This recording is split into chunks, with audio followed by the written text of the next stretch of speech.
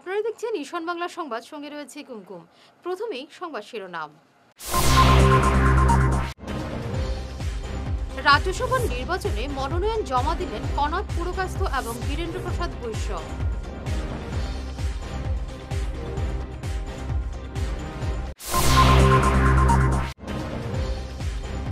শিলচরের নর্দমা সংস্কারের কাজ শুরু করল পুরসভা এবং প্রশাসন।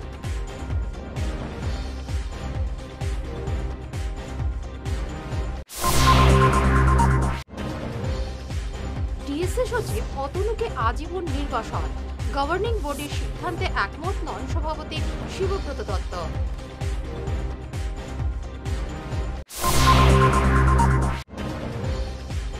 হাইলাকান্দিতে একই দিনে 3টি লাশ উদ্ধার, চাঞ্চল্য।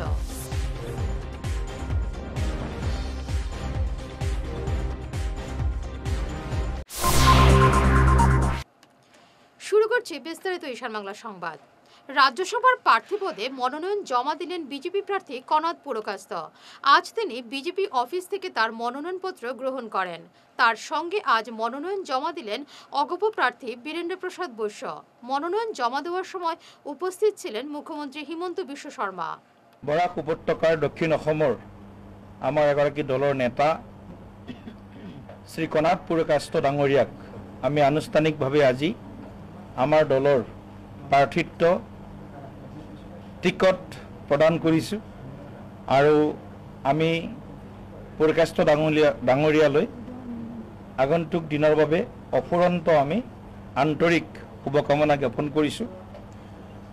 কনক পুৰকায়স্থ ডাঙৰীয়া ভাৰতীয় জনতা পাৰ্টিৰ পৰিয়ালৰ এগৰাকী বৈচাৰিক পৰিয়ালৰ এগৰাকী অন্যতম এজন যোদ্ধা আৰু তেখেতে 1988 চনত 1988ত আমাৰ দলত যোগদান কৰি বিগত প্ৰায় 37 বছৰ তেখেত আমাৰ দলটোৰ লগত সংপৃক্ত হৈ দলে দিয়া প্ৰতিটো দায়িত্ব অতি নিষ্ঠাৰে আৰু সফলতাৰে সম্পাদন কৰিছে। বৰাক উপত্যকাৰ বিভিন্ন সমস্যাৰাজিৰ লগতে দেশৰ আমাৰ যিবিলাক সমস্যা আছে সেই সমস্যাবিলাক উচিত সবল ৰূপত বলিষ্ঠ ৰূপত সদনৰ উচ্চ সদনত তেখেতে বলিষ্ঠভাৱে তেখেতে উত্থাপন কৰিবলৈ সফল হ'ব আৰু এই আশাৰে আমি তেখেতক আকৌ এবাৰ অফুৰন্ত আন্তরিক অনন্ত শুভকামনা জ্ঞাপন করিছো। জমাজল থেকে শহরকে মুক্ত করতে নর্দমা খননের কাজ চলছে পুরসভা এবং জেলা প্রশাসনের উদ্যোগে। রাঙ্গিরখাল সাফাইয়ের কাজ চলছে। কলেজ রোড, আশ্রম রোড এলাকায়ও সাফাই চলছে। অতি সম্প্রতি শহরে যে বন্যা হয়ে যায় তারপরে নড়েচড়ে বসে প্রশাসন। শিলচর ডিএসএ থেকে অতনু ভট্টাচার্য বহিষ্কার নিয়ে মুখ খুললেন সভাপতি শিবব্রত দত্ত। তিনি বলেন, গভর্নিং বডির সভায় সাধারণ সম্পাদক অতনু ভট্টাচার্যকে বহিষ্কার করার সিদ্ধান্ত নেওয়া হয়, তবে তিনি ব্যক্তিগতভাবে এই সিদ্ধান্তের সঙ্গে একমত নন, এটাও জানিয়ে দিয়েছেন। উল্লেখ্য, গৌরব গগৈকে মুখ্যমন্ত্রী চেয়ে অতনু পোস্ট দেন। এরপরে বিতর্কের সূত্রপাত। অতনু ক্ষমা চেয়ে পোস্ট ডিলিট করেও রক্ষে পেলেন না।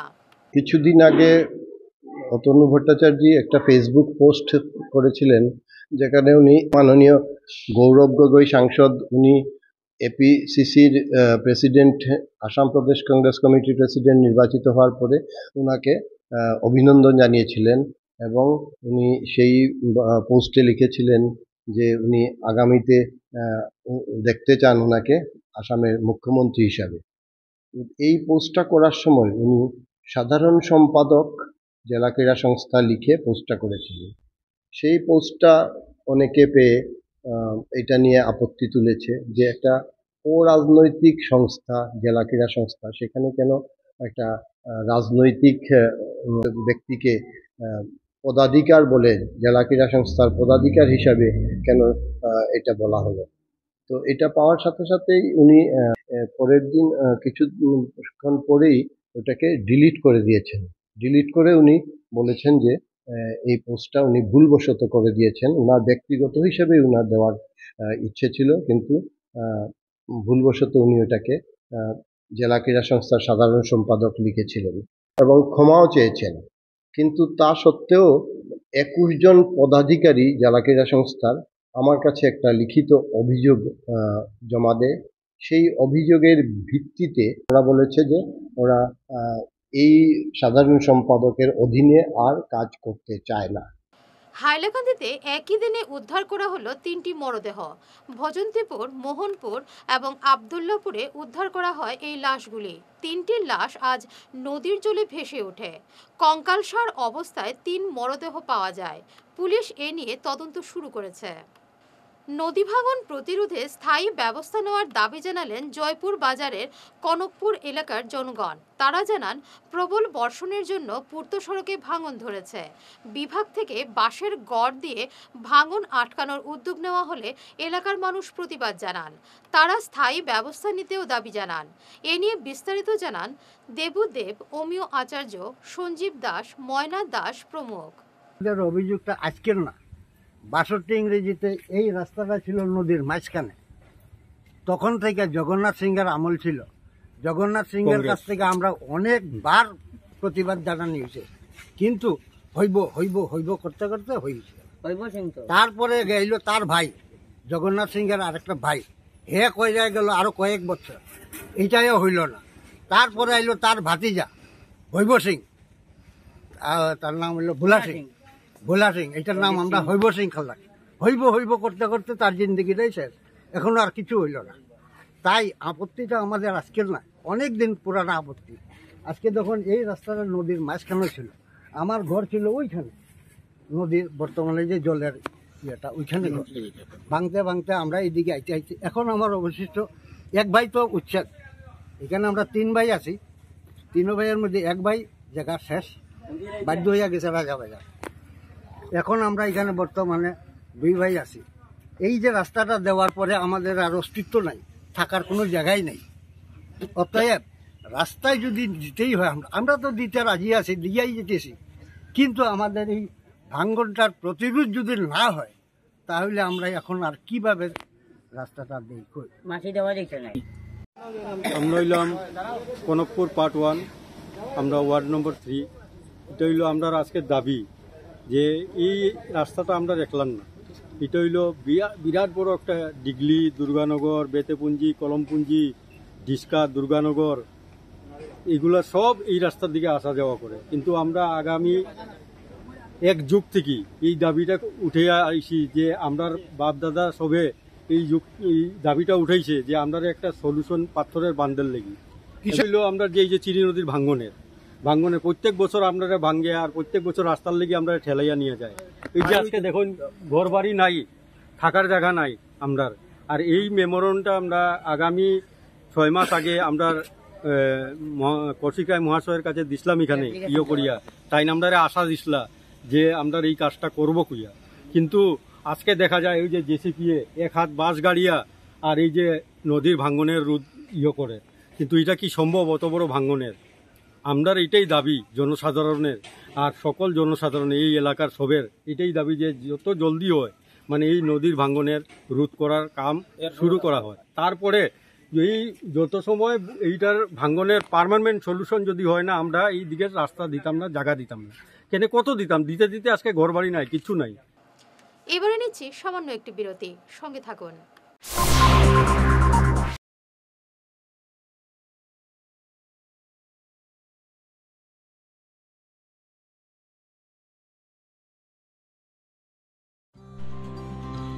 সোনার সংসার জুয়েলার্স, সোনা মানেই সোনার সংসার।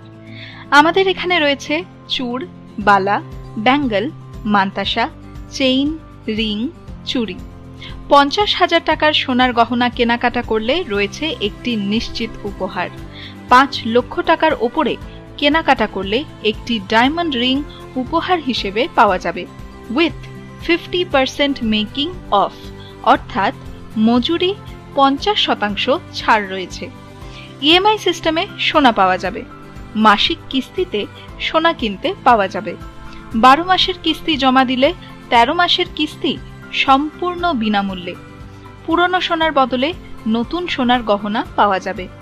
এছাড়াও আমাদের মধ্যে রয়েছে ডায়মন্ড রিং, গলার হার, মঙ্গলসূত্র। ন্যূনতম 50,000 টাকার বিয়ের সেট পাওয়া যায়। সব ধরনের আধুনিক গহনা পাওয়া যায়। তাই আর দেরি না করে চলে আসুন আমাদের সোনা সংসার জুয়েলার্স শোরুমে। আমাদের ঠিকানা NN দত্ত রোড, শিলচর 1। যোগাযোগের জন্য ল্যান্ডলাইন নাম্বার 03842260081, আমাদের মোবাইল নম্বর 9395163088 অথবা 9395178117। ফিরে এলাম বিরতির পর।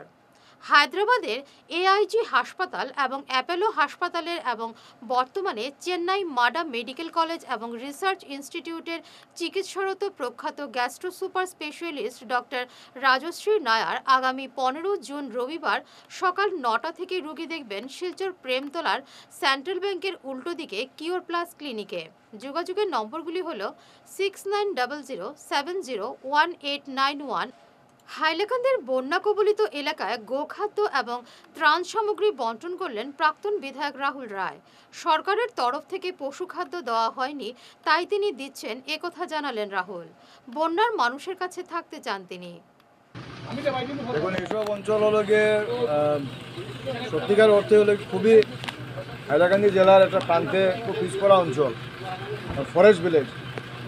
এখানে জল ফ্লাড যেভাবে এফেক্ট হয়েছে তারপরে লোকের খুবই সমস্যা, এবং সরকার থেকে যত সামান্য যেটা এসছে, আমি জানি না সব জায়গায় এসছে কি না, তো সরকারের ব্যাপার দেখবে। কিন্তু আমি আমাদের পরিবারের সঙ্গে এই অঞ্চলের সঙ্গে আমাদের সম্পর্ক, আমার দাদু এখানে বিধায়ক ছিলেন, আর বাবা এখান থেকে 6বার বিধায়ক মন্ত্রী হয়েছেন।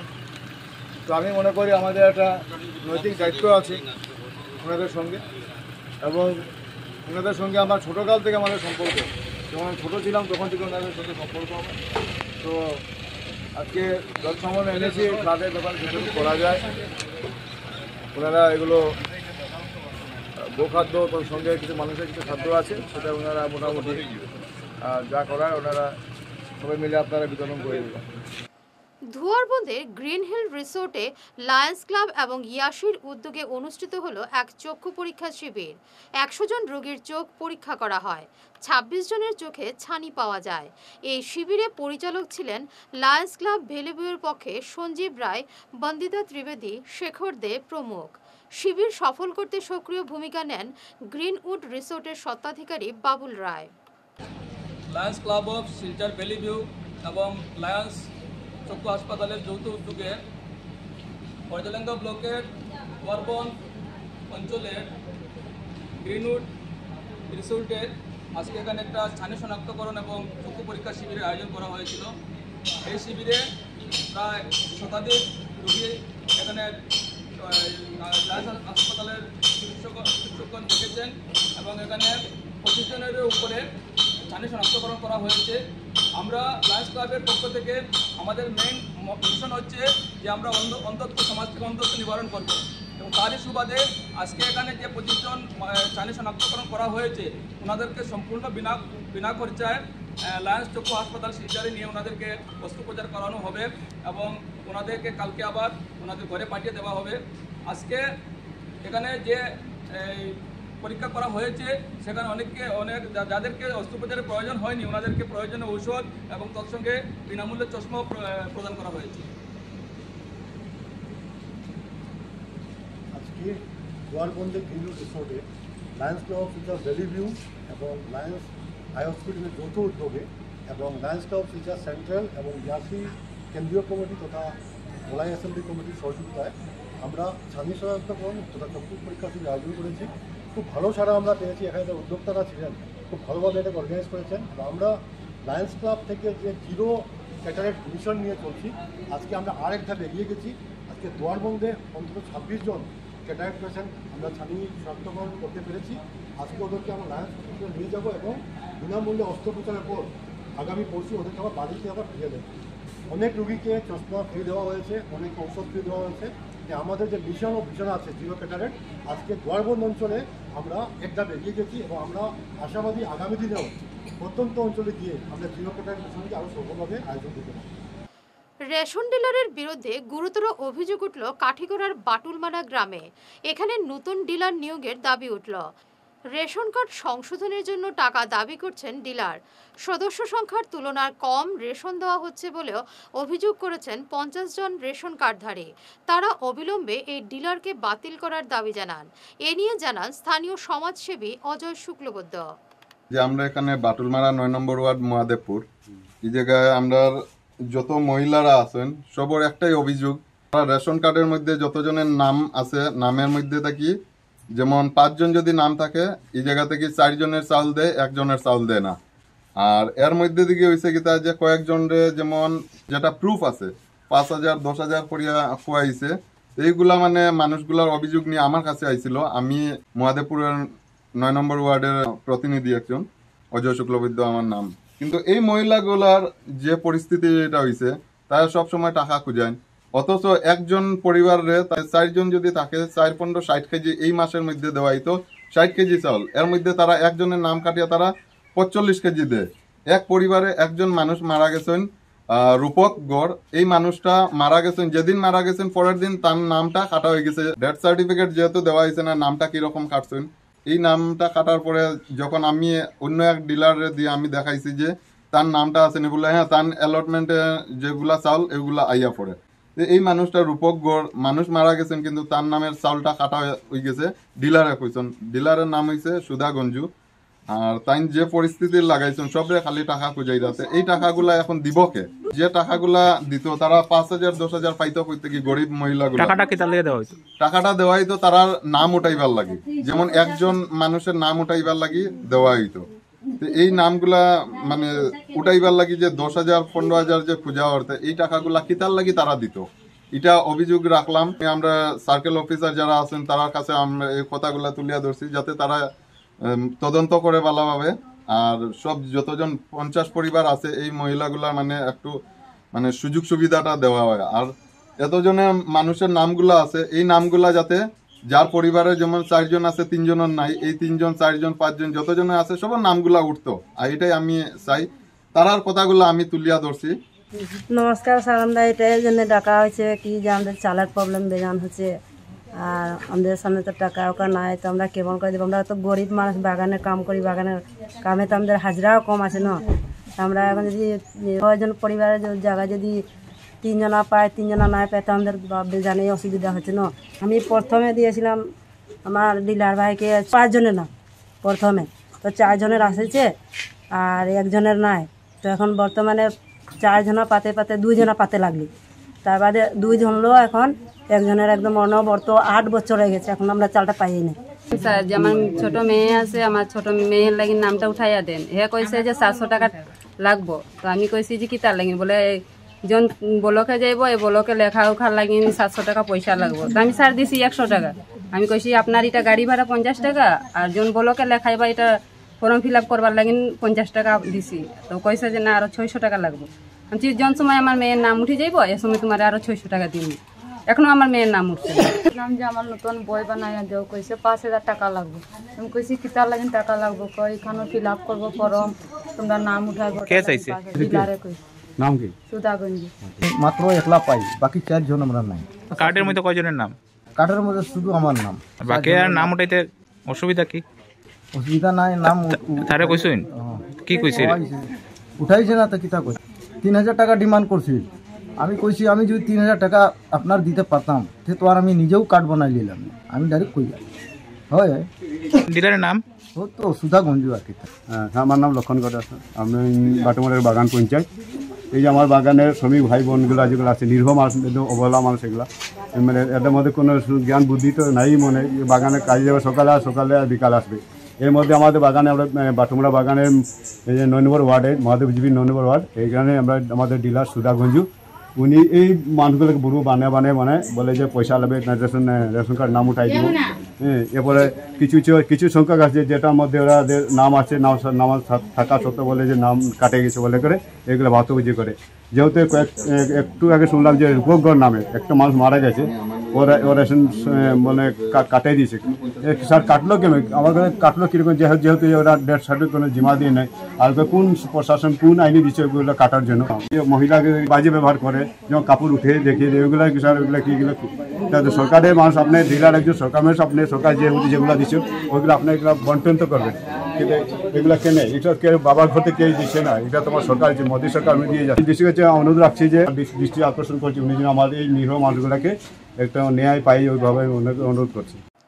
শেষ করার আগে বিশেষ ঈশান বাংলা সংবাদ আরো একবার। রাজ্যসভার নির্বাচনে মনোনয়ন জমা দিলেন কনাথ পুরকায়স্থ এবং বীরেন্দ্র প্রসাদ বৈশ্য।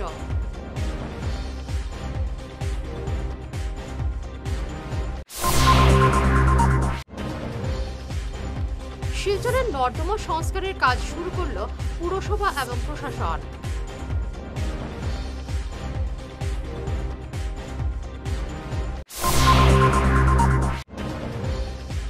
ডিএসসি সচিব অতনুকে আজীবন নির্বাসন, গভর্নিং বডির সিদ্ধান্তে একমত নন সভাপতি শিবব্রত দত্ত।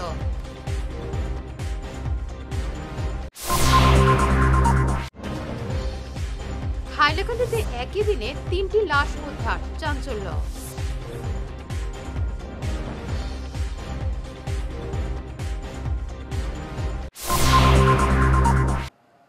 এখনকার মতো ঈশান বাংলা সংবাদ এ পর্যন্তই। নমস্কার।